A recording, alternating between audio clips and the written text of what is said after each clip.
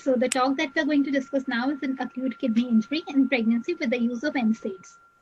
So normally in pregnancy, the physiological changes that happens to increase the kidney blood flow, the GFR is also increased, and the creatinine and the urine volumes, they also rise as compared with the non-pregnant state.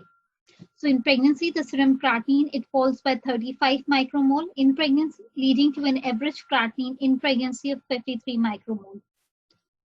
But if the creatinine in pregnancy it becomes greater than 90 micromole, it should be considered as a diagnostic of kidney injury in pregnancy. Normally, in pregnancy, the level of creatinine should ideally be in between 50 and 53. It should be between 53 micromoles. But if it rises greater than 90 micromole per liter, then it is diagnostic that there is kidney injury in pregnancy. Now, what are the causes of kidney injury in pregnancy?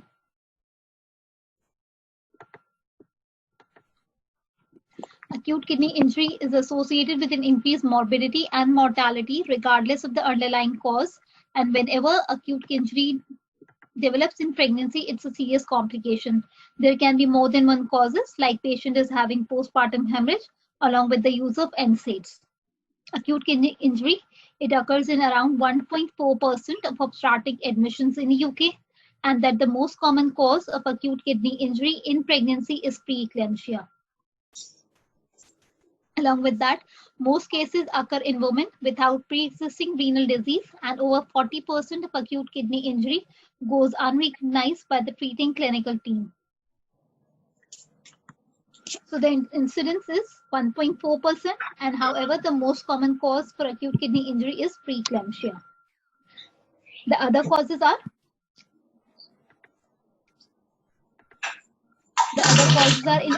in early gestation, it could either be hyperemesis gravidarum, abortion, or miscarriage, or there's acute retention of urine because of the uterus is retroflexed, not normally like anteverted.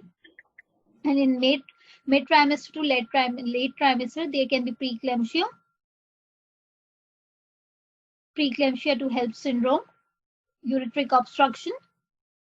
There's increases if a single kidney is affected. Usually it's a transplant kidney, or it can be also be because of placental abruption. There can be acute fatty liver of pregnancy, TTP or HUS, that is microangiopathic hemolytic anemia, which usually presents in the second and the third trimester, and also the postpartum.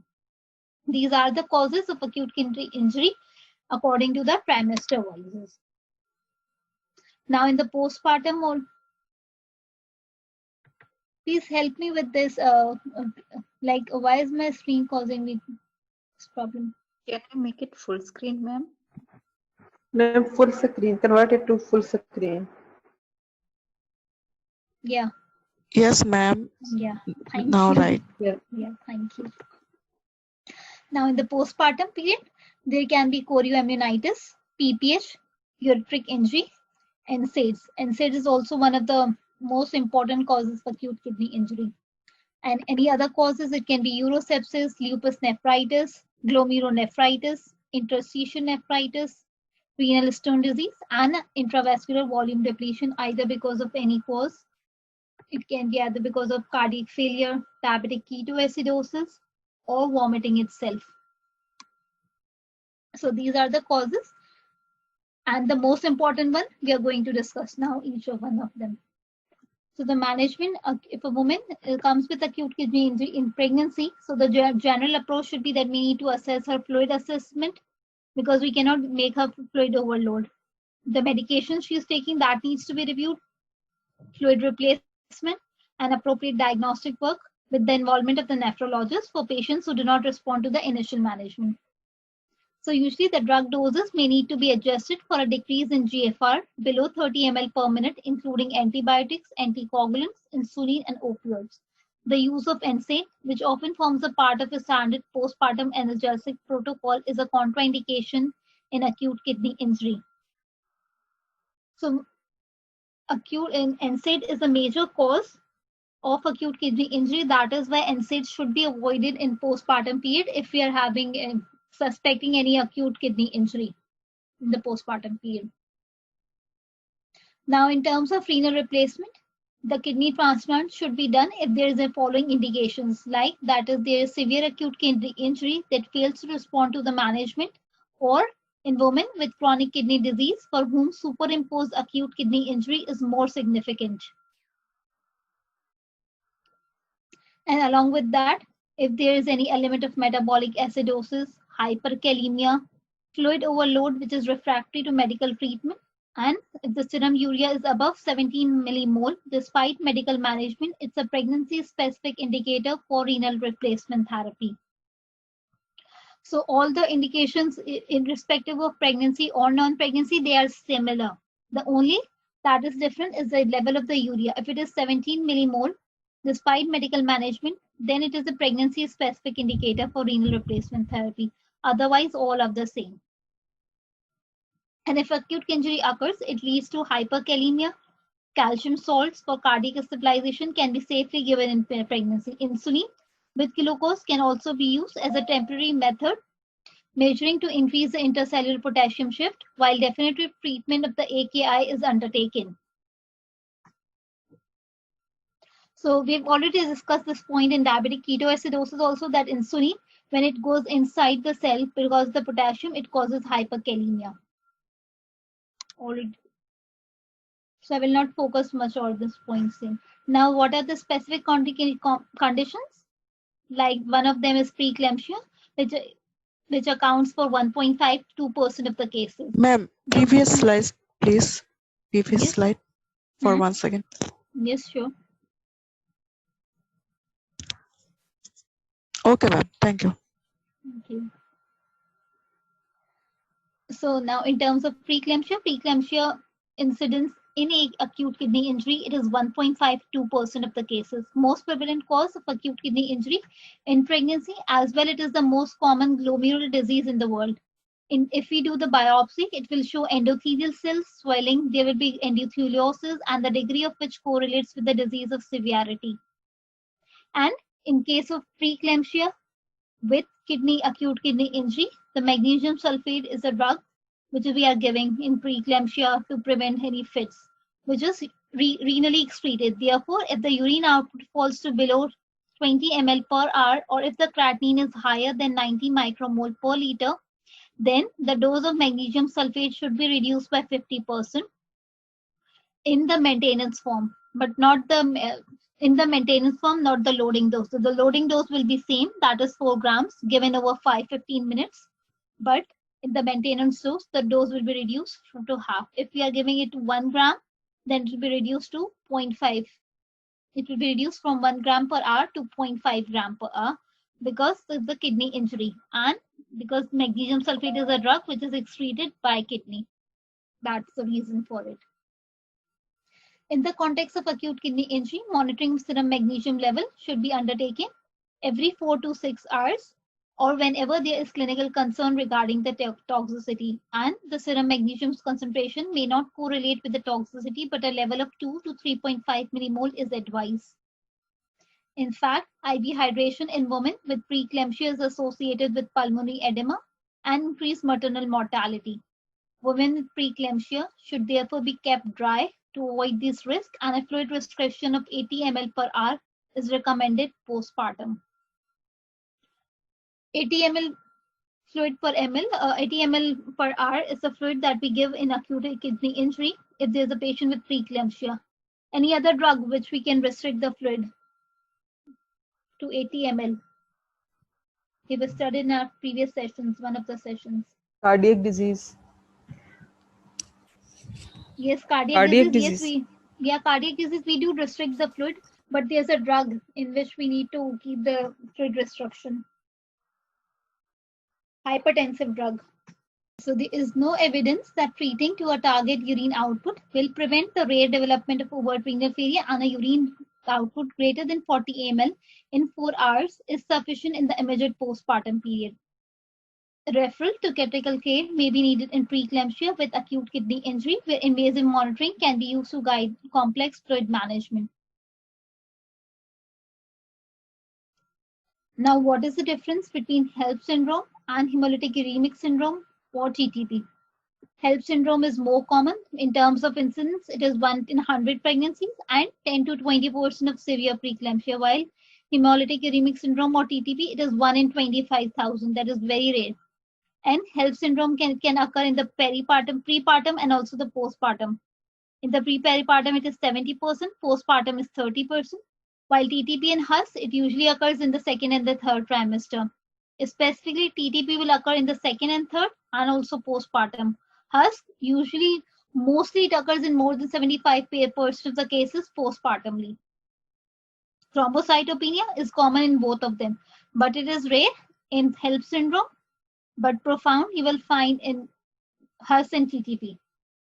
Liver function test, definitely both will be, there will be, in case of HELLP syndrome, there will be changes in the level. That is because it is hemolysis, elevated liver enzyme, and low platelet count. But in case of HUS and TTP, the liver function will be normal and prehepatic hyperbilirubinemia can be seen. There, in terms of acute kidney injury, it has an incidence of 3 to 50%, 1/5, that is 3 to 15%, where in case of HUS and TTP, it is 30 to 80%. With TTP and with HUS, it is 76%. In terms of coagulopathy, in HELLP syndrome, there is coagulopathy, but in HUS and TTP, there is no coagulopathy. The level of complement abnormalities and Adams 13, it is reduced in HELLP syndrome, and also the level of complement also. But in case of Adam 13, there is deficiency in TTP. The cause of TTP is there is deficiency of Adams 13, and the cause of HUS is complement abnormalities. These are the differences that we need to understand. In HUS, the causes complement abnormalities. In TTP, it is Adam 13, but HELLP syndrome is the more common cause as compared to HUS and TTP. HELLP syndrome can occur in any part of the pregnancy, either as antenatal, intrapartum, or postpartum. But HUS or TTP, it usually occurs in the second or the third trimester or postpartum period. In terms of kidney injury, yes, HUS and TTP, it affects the kidney more than HELLP syndrome. To quickly revise this point for you, the preeclampsia, the incidence of preeclampsia is to 1.52% of the cases, and it is the most common cause of acute kidney injury in pregnancy. If there is acute kidney injury in pregnancy due to preeclampsia, then we need to reduce the dose of magnesium sulfate. If the loading dose will be the same, that is 4 grams over 15 minutes.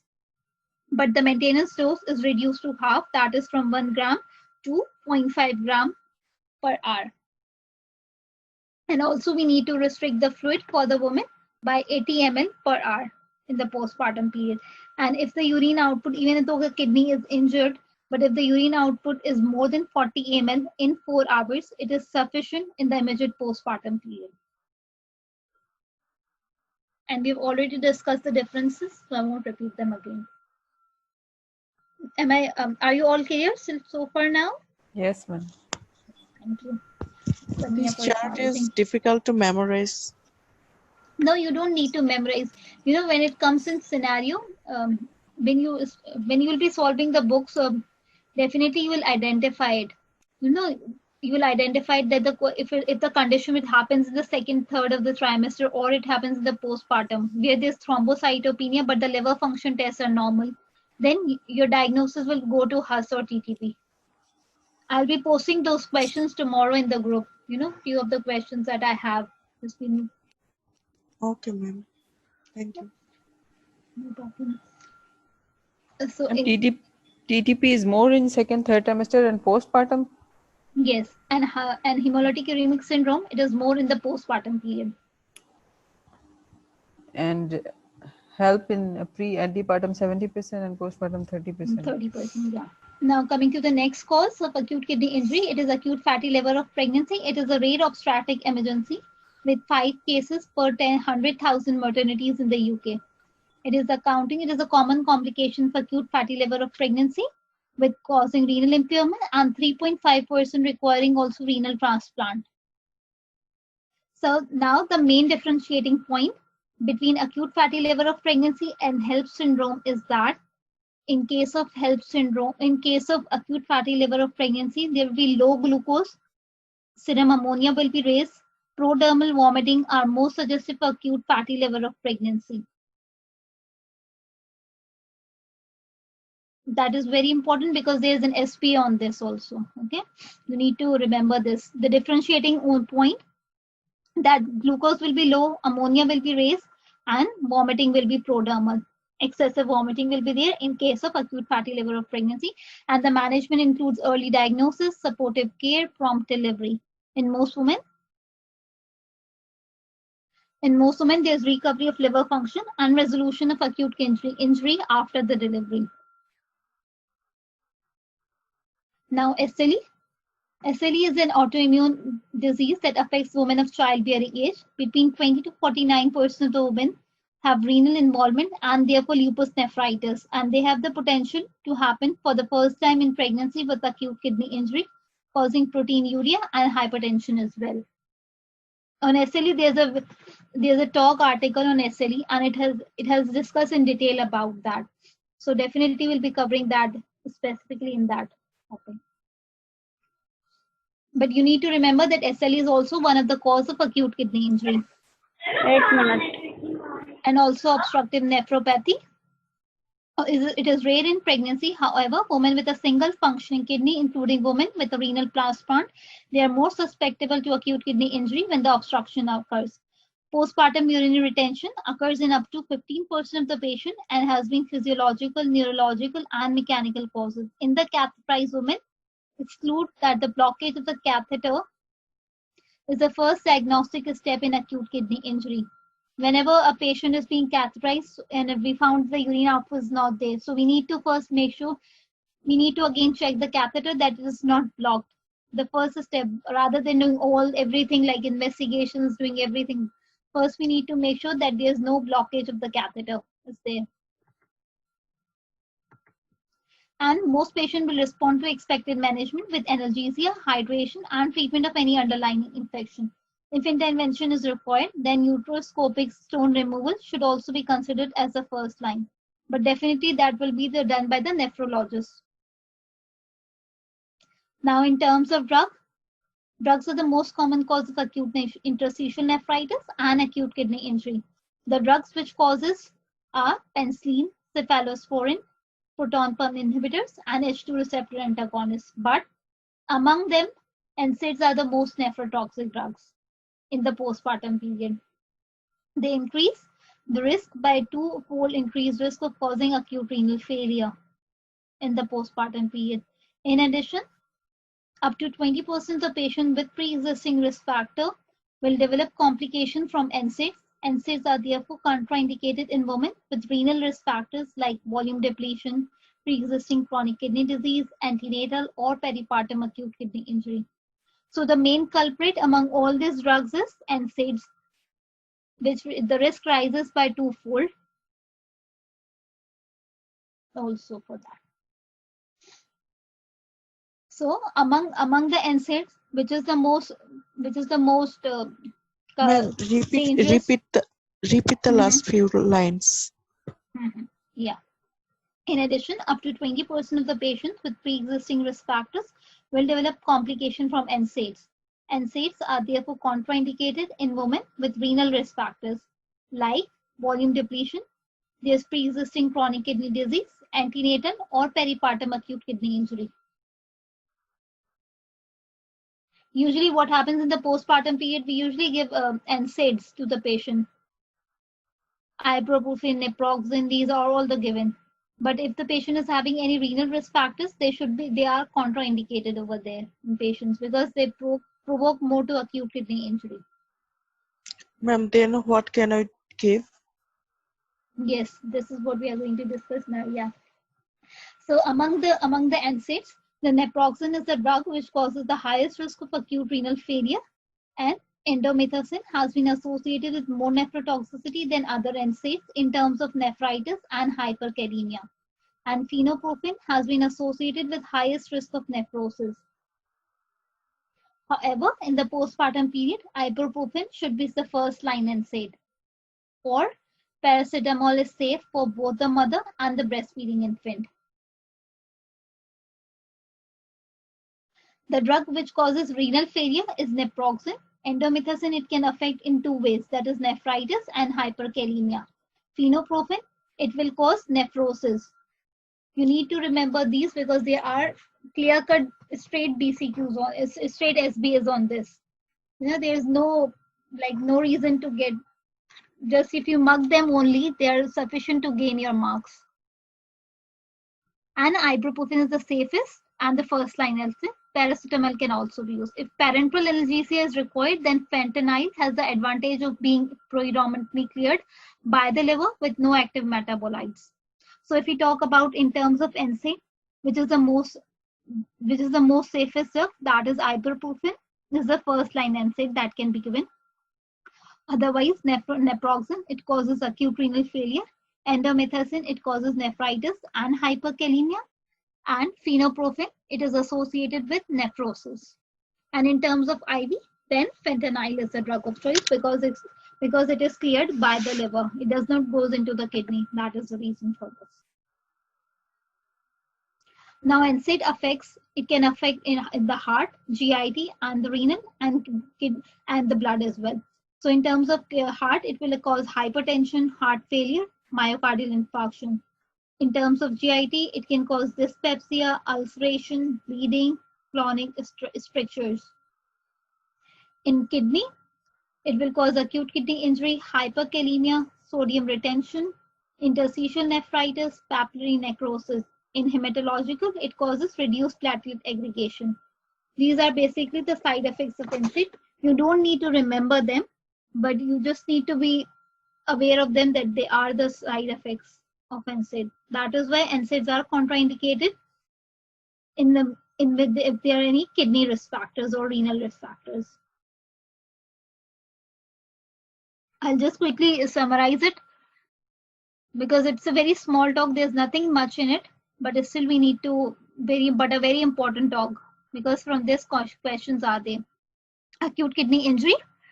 If the creatinine level becomes greater than 90 micromole per liter, it is diagnostic that there is acute kidney injury in pregnancy.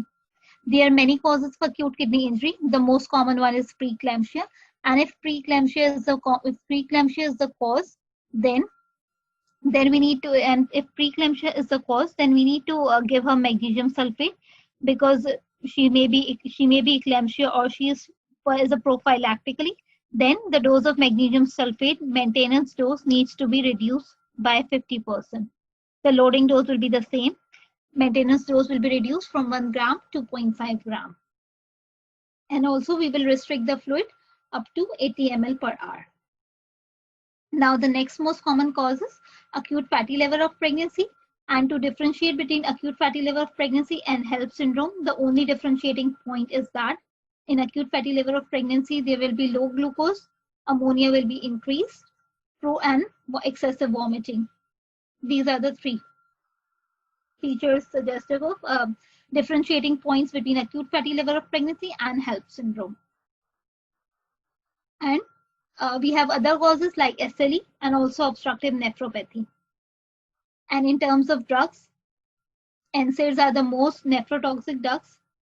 And among the NSAIDs, the most safest drug is ibuprofen and paracetamol. But ibuprofen and paracetamol can be used. However, naproxen, indomethacin, and phenoprofen, they are nephrotoxic drugs which have different effects. And if you need to give in the form of IV or parenteral, then fentanyl is the drug of choice. Screen is also saying it's enough for today. Yeah, just a few questions, just to have a revision, quick revision. That's it. Okay, ma'am. Ma'am asked Please us guide me. verbally. Yeah. Or okay, yeah, I can do that. It would have been good if we can have the screen. Is it visible now? No. No, ma'am. Dr. Shah, can you guide us with the screen sharing?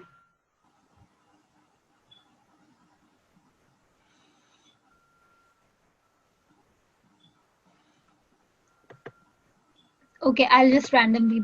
I think there's some problem that. Okay, so my first question is. reconnect. Maybe that solves the problem. Okay, I shall leave out and okay, I'll go out and reconnect. There is an option in share screen in the middle. Take the first question. Ma'am, it's not question, it's conclusion. Okay. Yeah, so okay. So we have here, yeah, the first question. Ma'am, should I? Yeah, sure, please. A 25 years old nulliparous woman requested contraception. She has epilepsy, which is well controlled on carbamazepine. Which contraception method is most suitable for her? Combined oral contraceptive pills containing 30 microgram ethinyl estradiol, combined oral contraceptive pills containing 40 microgram of ethinyl estradiol, progesterone only implants, parenteral progesterone, hormonal replacement therapy.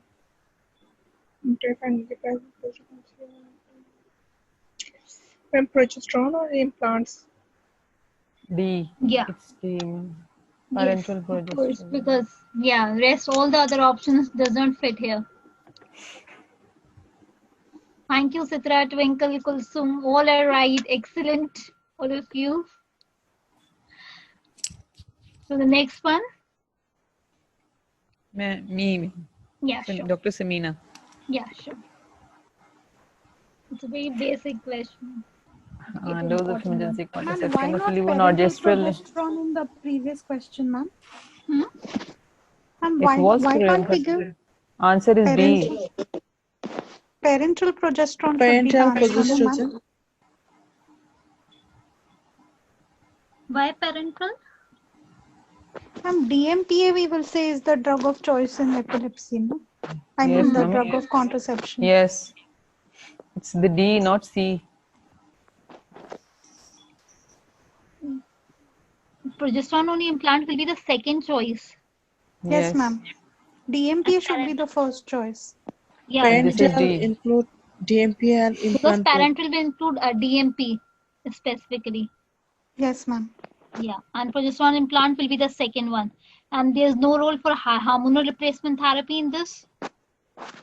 Hormonal replacement therapy has no connection with it Yes. because Yes. it is given in postmenopausal or and combined or contraceptive definitely they are not to be given in enzyme inducing drugs. Yeah, so it's per D, option D, parental progesterone. That is the first choice. Okay. Yes. Yes, ma'am. Okay, thank you. Yeah, thank you. Thank you, ma'am. Yeah, the next one. Okay. Dose of the 3 emergency milligram. contraception levonorgestrel in epileptic patient is 3 milligram. Yeah, and normal doses.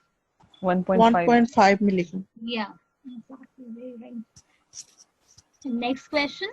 Ma'am, this also holds good only if it is if she's on enzyme inducer anti-epileptic. Yeah, enzyme inducing. Yes. It's not mentioned. Yes, it is not specified in the question. Yeah, but definitely if it is talking about an epileptic patient, normally why would someone? Yeah, definitely it can be asked as a simple question. 1.5, but to mention epileptic was the reason that to make it a specific to 3 milligram.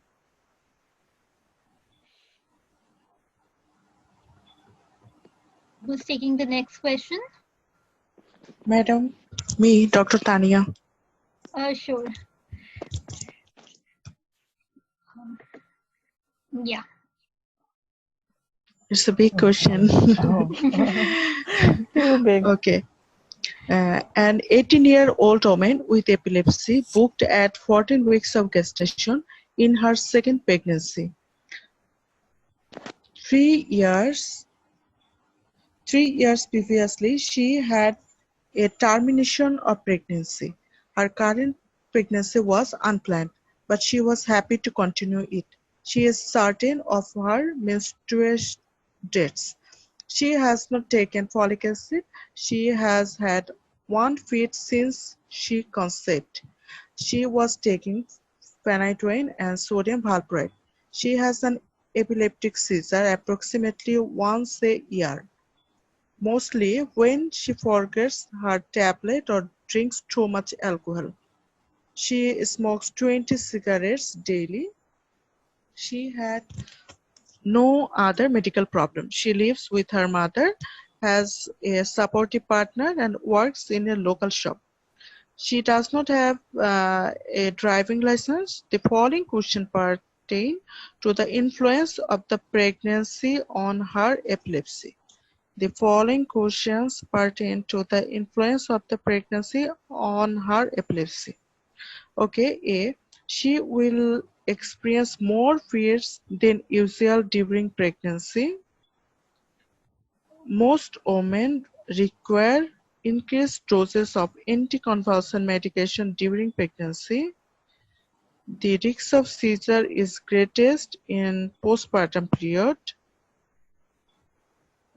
She should commence high-dose folate from now on to prevent neural tube defect. A answer. Answer is A. The following question pertain to Hello? the influence of the pregnancy. Its answer is A.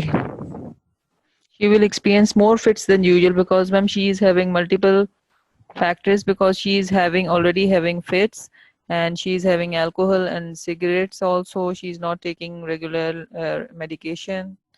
So the answer is, I think, A. Ma'am, I think It's C A. should be the answer. The risk of seizures is greatest in the No, postpartum.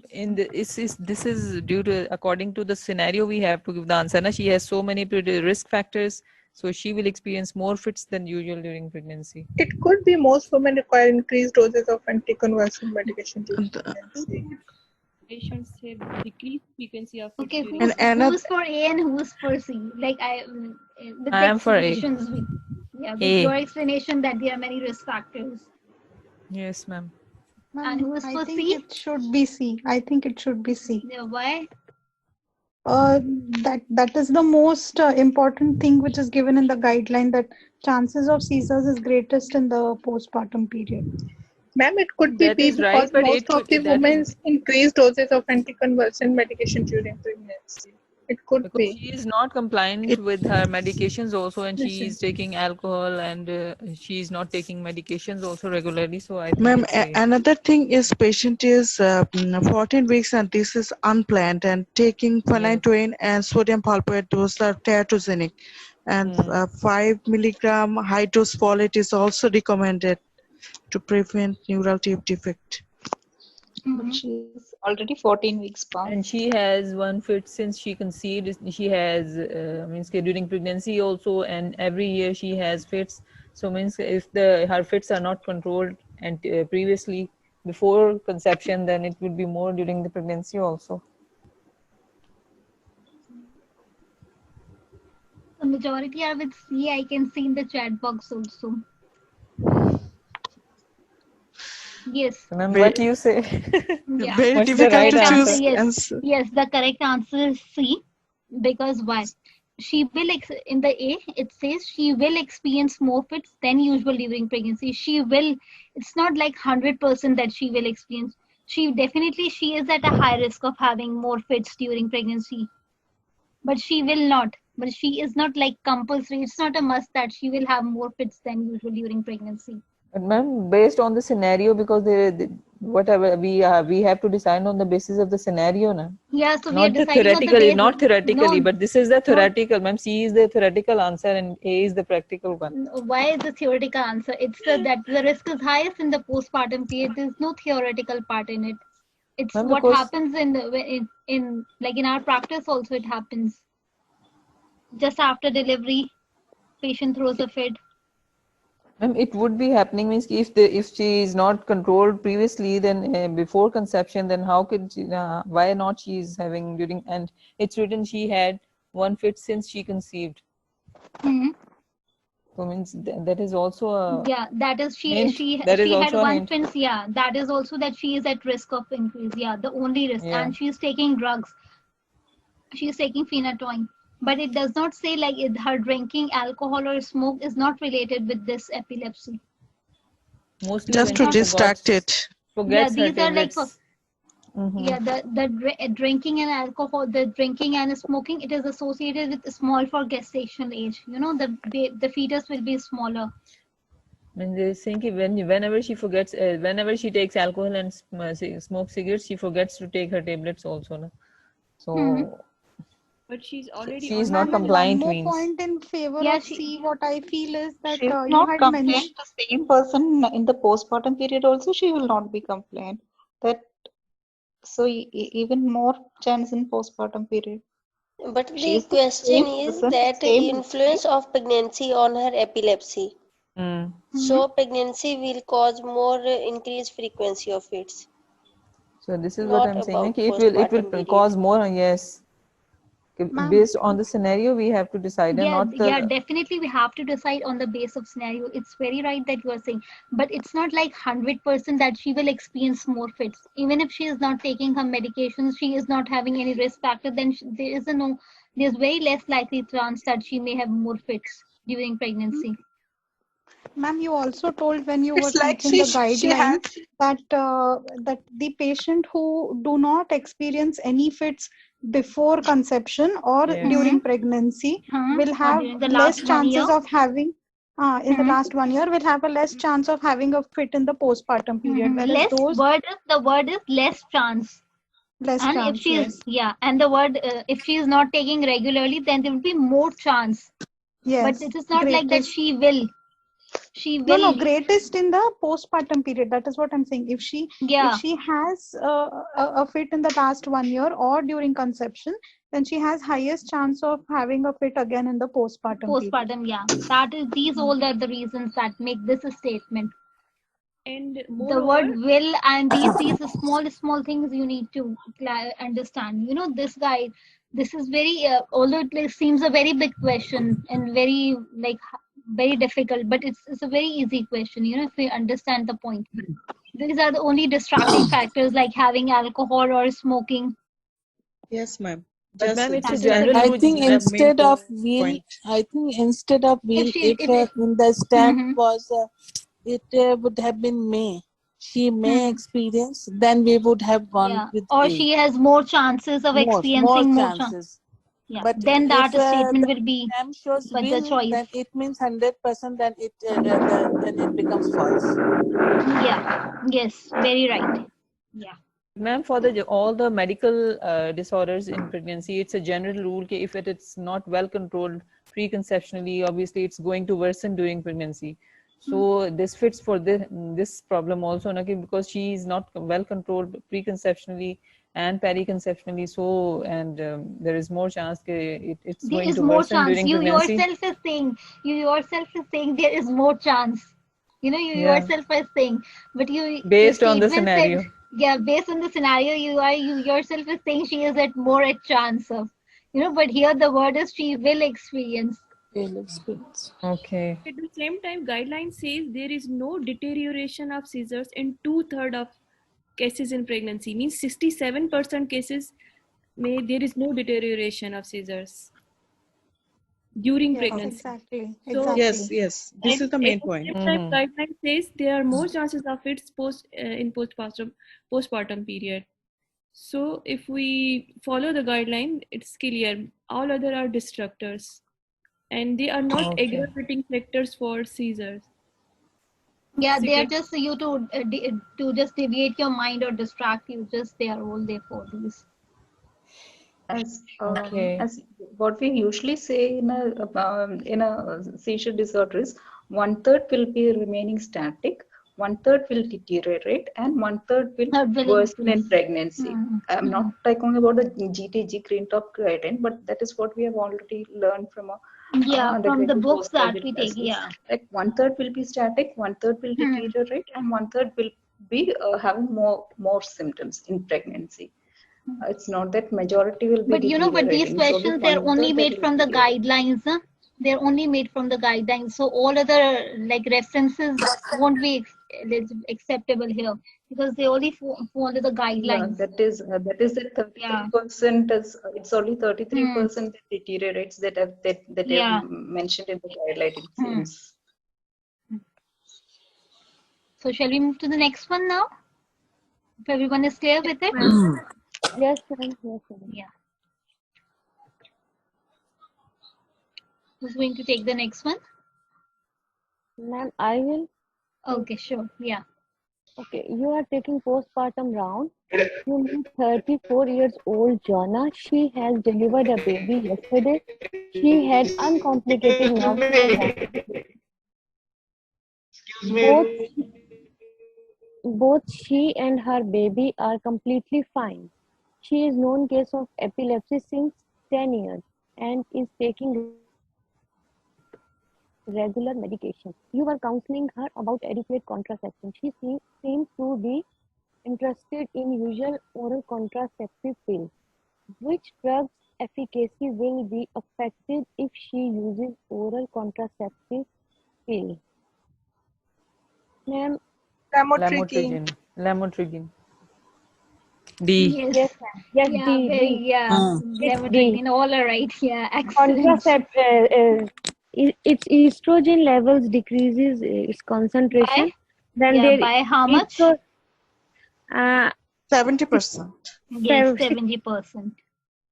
so then it Decreases by decreases the efficacy, so it's not suitable. suitable for her. It will not work as a contraception for her. Yeah. And who's going to take this? True, false? Okay, we'll have it general. One of you can take one each stem. Women taking antenatal steroid should receive 48 milligram rather than 24. False. False. Mhm. Contraception to be avoided. False. Okay, Yeah, I'm- it's She is false. also Yeah, it's false, but you're right. Yeah, you're right. I need to say you're right now. Contraception to be avoided in epilepsy is condom. False. False. Anti-inducer includes They should sodium be valproate avoided. and OCP. Yes. Yeah. An enzyme OCPs. inducer includes sodium valproate and gabapentin. Or false. False. A major congenital they malformation What are the examples of Carbamazepine. like Phenytoin, Phenytoin, phenobarbital, phenobarbital, carbamazepine, Yeah. and lamotrigine. carbamazepine. And major Lamotrigine congenital is not malformation. Lamotrigine is a non-enzyme inducing. Yes, non-enzyme. Yeah. Major congenital malformation is higher in women taking monotherapy, False. anti-epileptic, False. False. and increase with polytherapy. False. Yeah. Yes. It's more with the polytherapy. Yes, it's right. Yes, all false. the statement here are false. So you all are right. Yeah.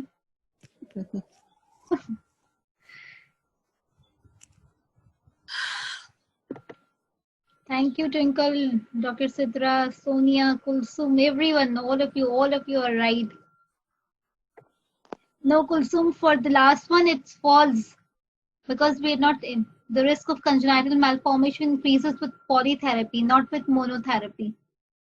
Rest, all of you are correct. Thank you, everyone. You know, all of you are so much active Welcome, till ma'am. late night. You know, it's being late Yeah, night thanks at to your you. side. You gave us such a good lecture. Yes, Thank ma'am. you. Thank you, ma'am.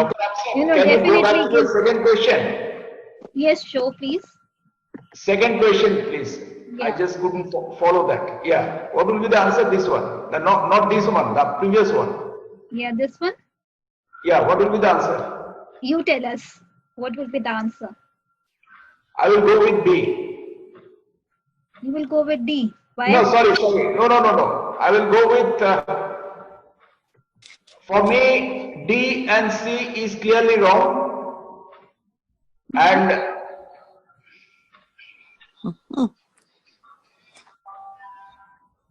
And B. I'll go with B. why?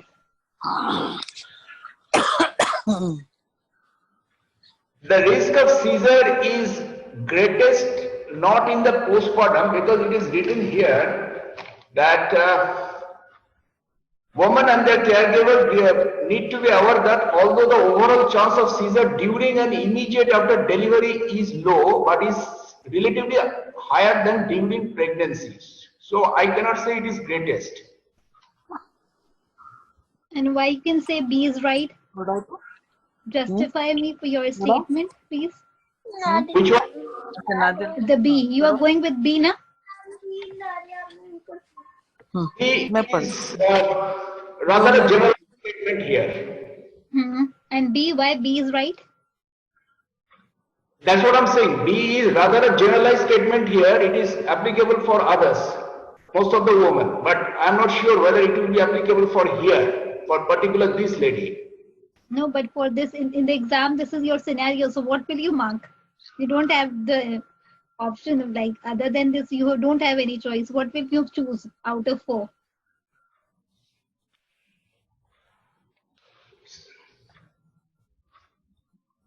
So in that case, the choice remains A only, because she will experience more fits than usual during pregnancy. And why? Because she already had a fit. She already had a fit after she conceived. And it is almost... So based on that probability, and she is taking phenytoin and sodium valproate, which is not corrected. She is not corrected. Now she will going to be changed to other drugs. So possibility of experiencing more fit. Yeah. Look, if you look at the A's first statement, she will experience more fits than usual during pregnancy. You know, she is at greatest chance, or she is more likely to have more fits than usual during pregnancy, you know, but she is not definitely she is going to have more fits during pregnancy. This is not like 100%. No, this is not. Yeah. But I'm also still with the A, because there are so many risk factors they have described. These are not distractors, because they have written she was taking phenytoin and sodium valproate.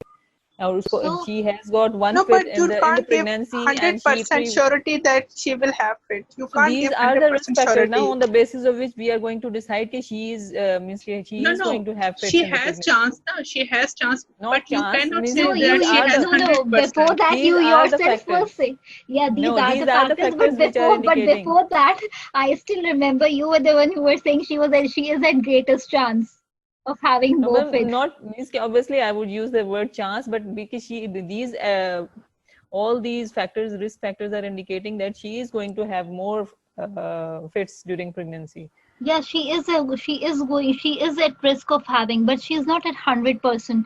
100% though we can't predict now, but Two-third on of the basis women will these not so have. many factors, Two-third. they have. Yeah, They have two-third of the given so women many will not factors. have. You know, there's also like, two-third So of the she may women be they amongst won't have. she may be amongst those 1/3 who have the fits, because on the basis of these risk factors. But She may be, no, she will not. She may be. You are Then what else, ma'am? What else? What She else has risk would tell us, factor. ma'am? Okay, ma'am, you tell me what else would indicate that she is going to have. What are the other risk factors that would indicate that she is going to have more fits? Like if they give me any risk factor for her, you know, she's not having proper sleep, fits. stress. All these are the risk factors. Ma'am, if she had one fist, she is at increased fits. risk. She is at increased risk of having fits in the pregnancy as well, but not 100%.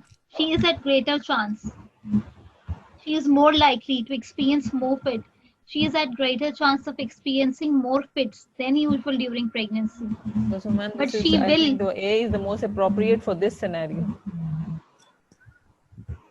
Yeah, but Ma'am, the you can explanatory take reason. she instead of she will, if you change to she may. If the statement was like that, she is at greater chance, or she will have more She may, frequent. then Yeah, it she would may. be Then A. these are the statements. Then we can say that she is But A will with be right. she will, it Yeah. won't be. No, she will, because she will be having more fits during this pregnancy, because she has got one just before pregnancy, one during pregnancy, and what else factor would tell us she's at risk? No, that is why we are going to monitor her during pregnancy. That is why she is taking 2 medications. Although she is not taking her properly, non-compliant, but still she is taking 2 medicines during pregnancy. This is also there, na?